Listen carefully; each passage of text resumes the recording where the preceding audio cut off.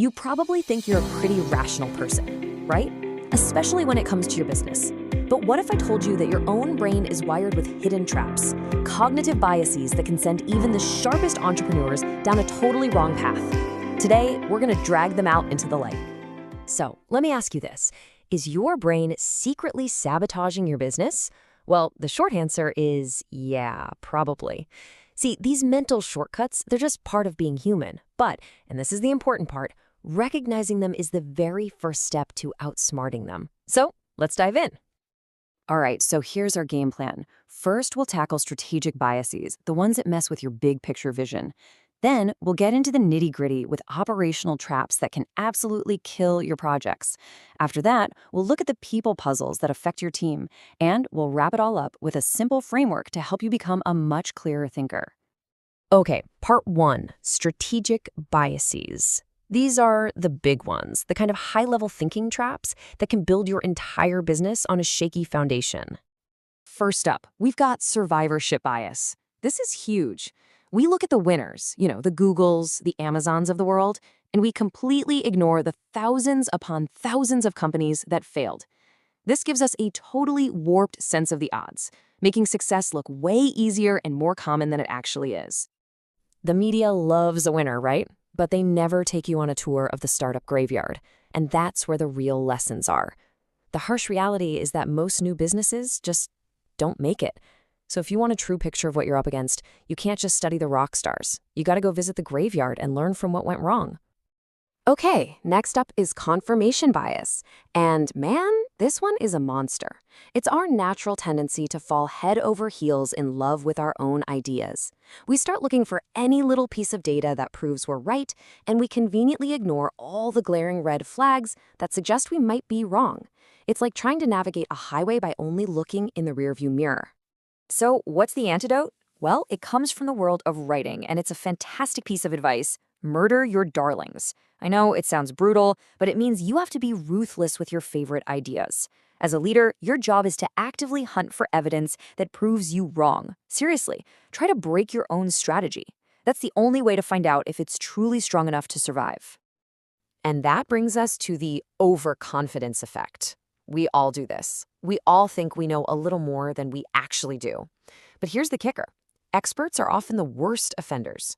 Their deep knowledge in one specific area can make them dangerously certain about their predictions in others, even when they're basically just guessing. Just get a load of this statistic.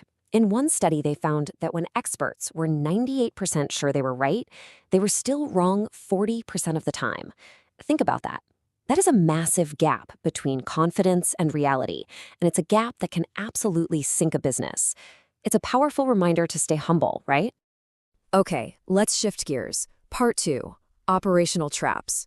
We're moving from the big picture strategy to the day-to-day execution and the biases that cause perfectly good projects to go completely off the rails. We have all felt this one, the sunk cost fallacy. It's that little voice in your head that says, ugh, I've already put so much time and money into this, I can't possibly stop now.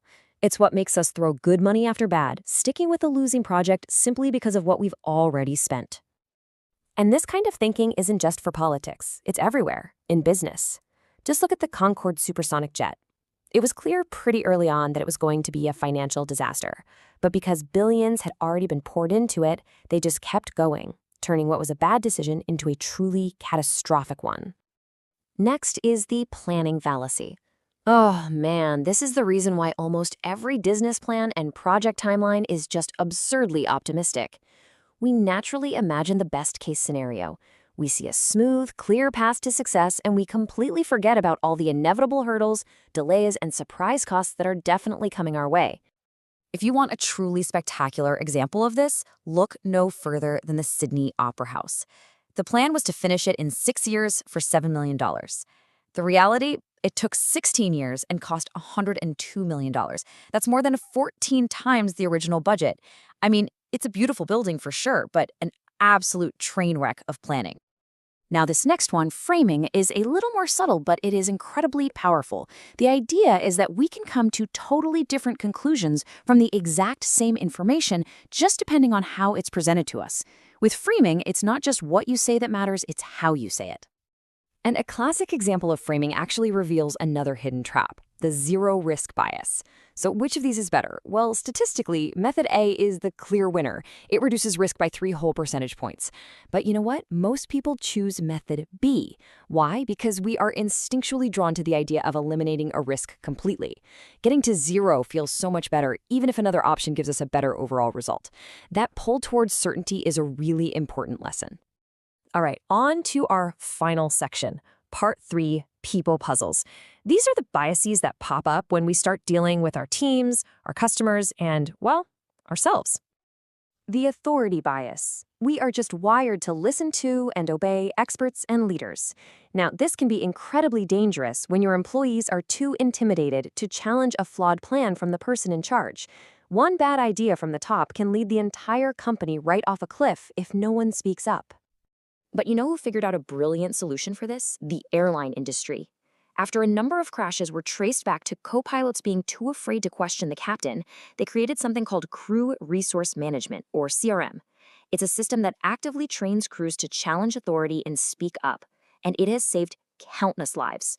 It's a model that any business can learn from. Okay, this next one has a bit of a fancy name, but the idea is super simple. It's the fundamental attribution error. When a company does well, we say, wow, what a brilliant CEO. We don't say, wow, what a booming economy. And when a company fails, we blame the leader, not the fact that their entire industry is dying. We focus on the person and we totally ignore the situation around them. And our 10th and final trap is something called social loafing. You've definitely seen this in action. It's the tendency for people to put in less effort when they're working in a group because they kind of assume someone else will pick up the slack. And the bigger the team gets, the worse the problem becomes. It's the reason why 2 people pulling a rope don't actually exert twice the force of 1 person. So, we have walked through this minefield of mental traps. We've seen all the ways our brains can lead us astray. The big question now is, what on earth do we do about it? Don't worry, it's not hopeless. Here's a simple 4-step framework you can start using today. Step 1, just learn the biases. Seriously, awareness is half the battle. Step 2, adopt an outside view. Base your plans on data from similar projects, not just your own optimistic hopes. Step 3, actively try to find disconfirming evidence. Try to prove yourself wrong. And step 4, use checklists. For big, important decisions, have a checklist to systematically check for these biases, just like a pilot does before every single takeoff. So here's the bottom line. Your thinking is not as clear as you think it is. My thinking isn't either. Our brains have design flaws, little glitches, that will impact our businesses. You do have these biases. That's a fact. The only question is, now that you know they exist, what are you going to do about it?